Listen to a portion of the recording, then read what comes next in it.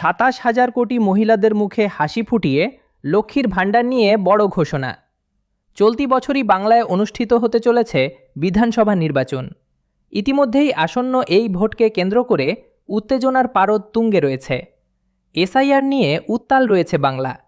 তবে এসবের মাঝেই পশ্চিমবঙ্গ সরকারের অন্যতম সুপারহিট স্কিম লক্ষ্মীর ভাণ্ডার নিয়ে বিরাট ঘোষণা করলেন তৃণমূলের সর্বভারতীয় সাধারণ সম্পাদক ও সাংসদ অভিষেক বন্দ্যোপাধ্যায়।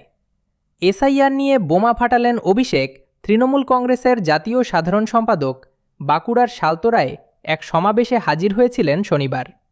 সেখানে অভিষেক বন্দ্যোপাধ্যায় বলেন যে ভোটার তালিকার বিশেষ নিবিড় সংশোধনের কারণে বাংলায় ৭০ জন মারা গেছেন। এটি রাজ্যের জনগণকে হয়রানি করার বিজেপির প্রচেষ্টার একটি অংশ। তিনি জানান, এসআইআরের নামে বাংলার মানুষকে হয়রানি করার বিজেপির এই মারাত্মক প্রচেষ্টায় আমরা মোট ৭০ জন প্রাণ হারিয়েছি। বিজেপি বাংলা এবং বাঙালি বিরোধী। তারা কেবল বাঙালিদের আর্থিকভাবে শ্বাসরোধ করেনি, বরং তাদের অনেকের মৃত্যুর কারণও হয়েছে। সম্প্রতি বিজেপি বলেছিল যে বাংলায় অনুপ্রবেশকারী রয়েছে এবং তৃণমূল তাদের রক্ষা ও পৃষ্ঠপোষকতা করছে। এই নিয়ে তৃণমূল সাংসদ বলেন যে বিজেপির যদি সাহস থাকে তাহলে তাদের জানা উচিত যে ৫৪ লক্ষ লোকের মধ্যে কতজন বাংলাদেশি এবং রোহিঙ্গা শনাক্ত করা হয়েছে, যাদের নাম ভোটার তালিকা থেকে বাদ দেওয়া হয়েছে। অভিষেক নোট বাতিলের সময় মানুষের হয়রানির তুলনা রাজ্যে চলমান এসআইআরের সাথে করেন। ১০ বছর আগে তারা নোট বাতিলের নামে আপনাদের লাইনে দাঁড় করিয়েছিল।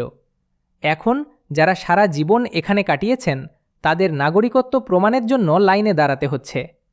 সুভাষ সরকার এবং সৌমিত্র খানের মতো বিজেপি নেতাদের ১০ বছর আগে তারা নোট বাতিলের নামে আপনাদের লাইনে দাঁড় করিয়েছিল।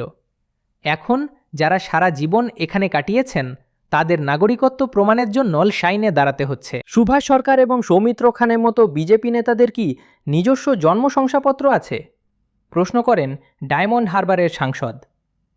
লক্ষ্মীর ভাণ্ডার নিয়ে বড় ঘোষণা অভিষেক ব্যানার্জি বলেন, বিজেপির রাজ্য কমিটির একজন সদস্য লক্ষ্মীর ভাণ্ডারের সুবিধাভোগীদের বিরুদ্ধে একটি ডিক্টেট জারি করেছেন, যেখানে বলা হয়েছে যে তাদের ঘরের মধ্যে তালাবদ্ধ করে রাখা উচিত, যাতে তারা তৃণমূলকে ভোট দিতে বাইরে না যান। বিজেপি মহিলাদের বন্দি করে লক্ষ্মীর ভাণ্ডার বন্ধ করতে চায়। এই প্রকল্পটি বাংলার ২.৩০ কোটি মহিলাকে উপকৃত করে। আমরা প্রতি বছর এই প্রকল্পটি পরিচালনার জন্য ২৮,০০০ কোটি টাকা ব্যয় করেছি।